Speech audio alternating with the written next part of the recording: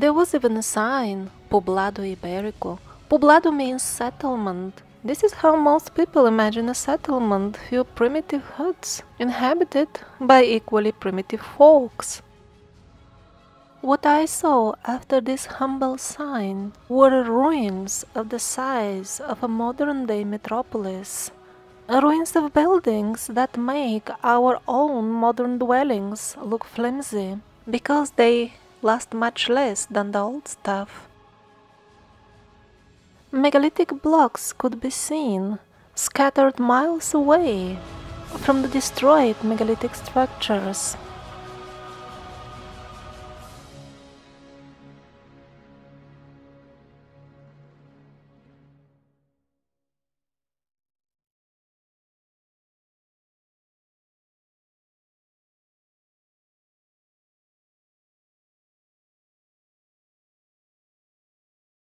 Countless rectangular holes, some of them as large as swimming pools.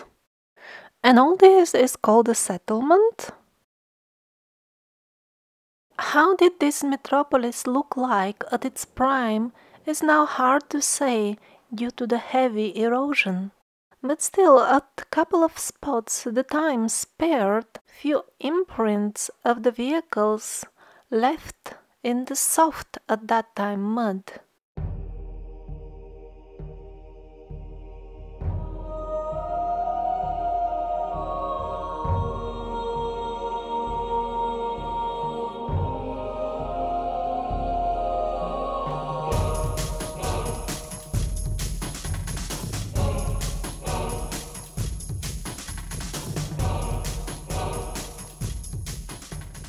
I did not see a single hoof print or any other animal track or even human track next to the vehicle tracks, although we visited many sites with similar vehicle imprints left in the mud all over Spain. Instead of that, quadratic imprints were seen parallel to the tracks at a number of locations.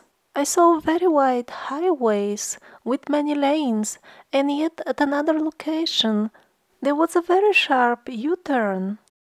On the top of that, it was dug into the ground, at least some 2-3 meters. It really makes me wonder what kind of vehicle this could have been used for. Maybe something of this size could go through such a narrow passage. But from the track it doesn't seem the vehicles were like this after all, because the tracks are very near to the walls. Anything larger of this size, for example, would probably get stuck. What to speak of the standard size cars we have, or even longer vehicles, like some sort of carts. Yet at another site that I visited in Spain, there were also well-preserved vehicle tracks, and they made me wonder even more what kind of vehicle was it. Although the both parallel tracks were well apart, as if belonging to a modern car, they were only 10 centimeters wide each. And at this point the vehicle scraped or leveled the mud on the sides vertically, at least at the height of 50 or 60 centimeters. And then just after a couple of meters it scraped it in the same way on the other side. This is where the vehicle scraped the soft earth, and this is the actual track. So it seems the vehicle, this particular one, was rather wide with narrow tires, or I don't know, sledges on the side, which were placed exactly at the very end of the side of the vehicle. But probably there were different models, because other type of patterns could be observed besides yet other types of tracks. And then I noticed that a whole lot of activity seems to have been taking place in the very proximity of the tracks, which is not surprise by itself, but the type of proximity is surprising. Here we see it happening literally 5 centimeters away from where the tires or the sledges were passing by. At many other places, I saw the buildings starting just some 20-30 centimeters away from the very tracks. So probably we have a long way to go before we can even start making educated guesses about how did life look like in the civilization that left these tracks and these ruins.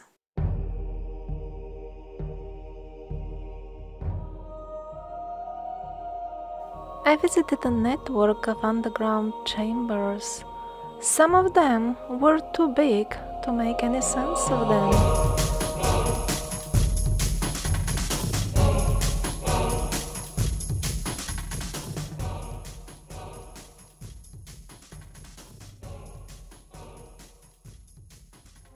Yet others were simply too small for humans. One is unable to even sit in some of them, what to speak of standing or walking. The passages between the chambers were so small that only slim built people could pass through, and that is, if they don't carry anything, of course, anything whatsoever.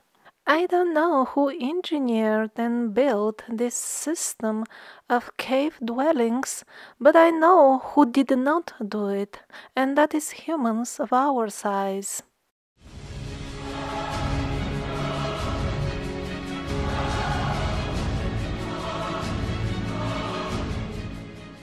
I started climbing up a hill, and everything looked pretty much natural in the beginning.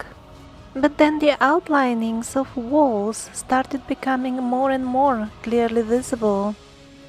And then I understood that indeed these are the ruins of what I'm calling an elf castle. Elf not because I can still sniff the elves that lived here long time ago, but because the very expression of an elf castle suggests a stone edifice on the top of a hill with beautiful panoramic views around. And that's exactly what we've got here.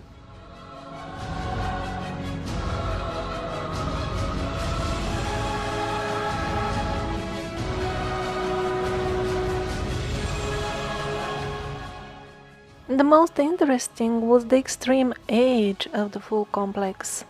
Remains of rooms, some sort of premises, staircases, and other architectural designs on the side of vertical cliffs is but one of the many clues that we get as of the extreme age of this complex.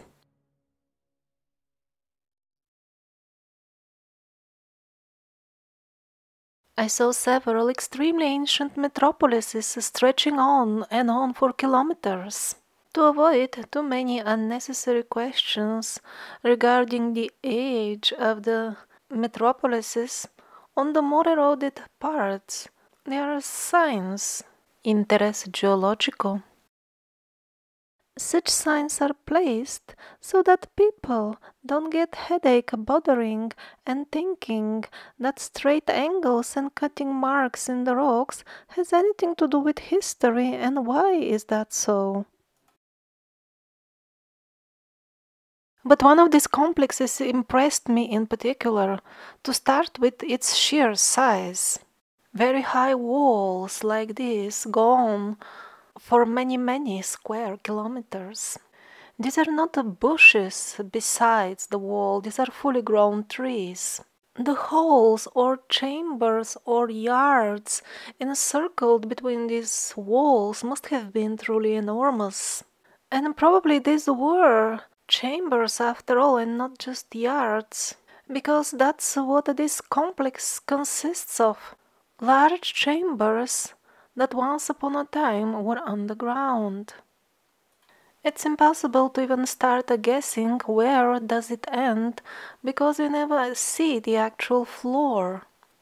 Almost everything is clogged with clay, or alternatively, where you get larger openings that are still visible, the access to them is restricted in this way, or with metal bars, or with various prohibition signs saying this is a private property.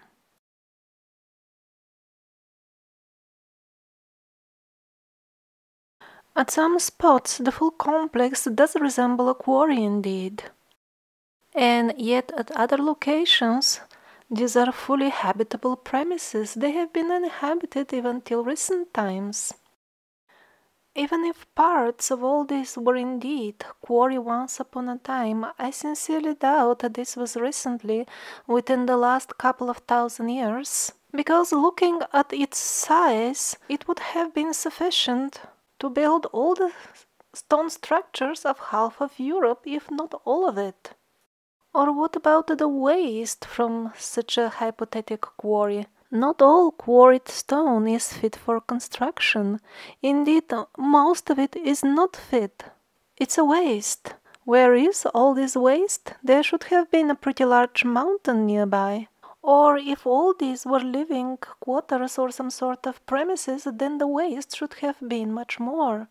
Well, my conclusion is that again we have a very, very ancient site that has seen the Great Flood and maybe even many great floods.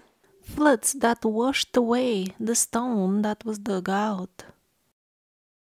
Sites with identical looks are also found in Italy, France, and Egypt. People are told by the official establishment that these are Roman stone quarries, and they believe it.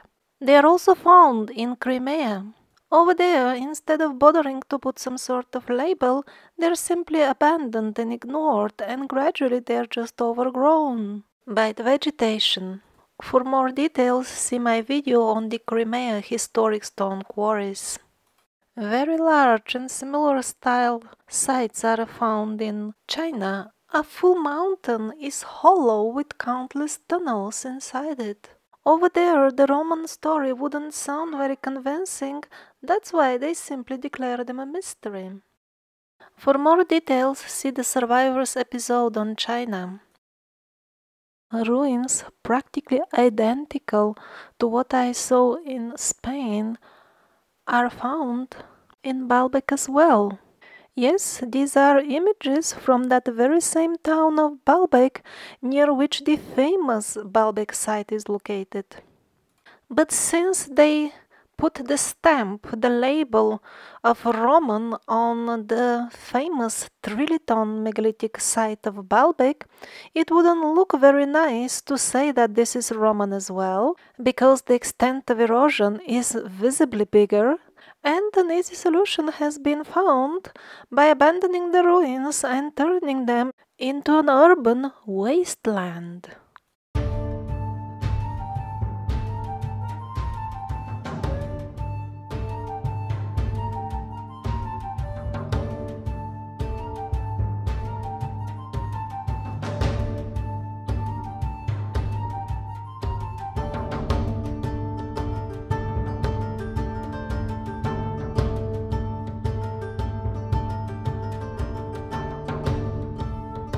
I did manage to spend some time with my favorite meltoliths in Spain, and some 5% of what I thought was a mystery about them was solved, and then I added 10 more percent of unsolved questions about them.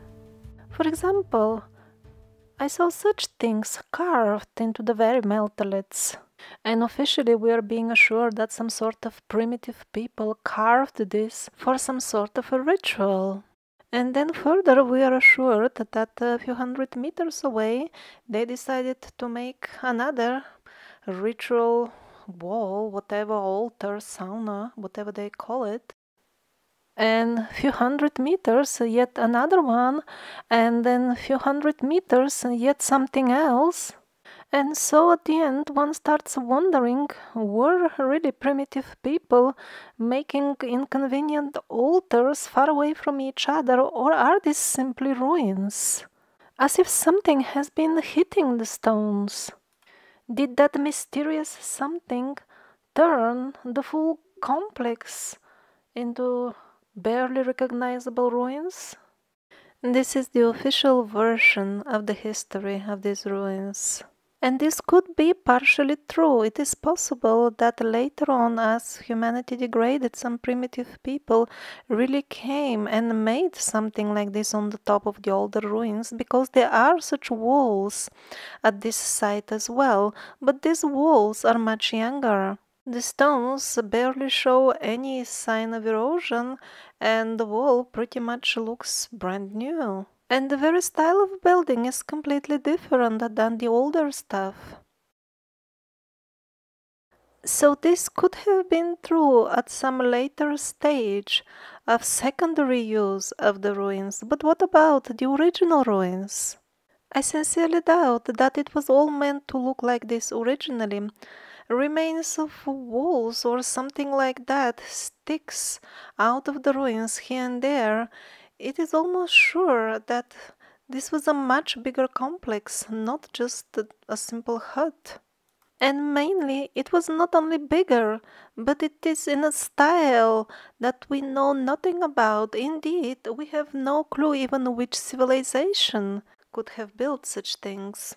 We will start gradually finding out more about these civilizations when the access to the old ruins is free for those who really want to study them, and when history again becomes what it was originally supposed to be, a science, and not a bedtime stories as it has been turned into now.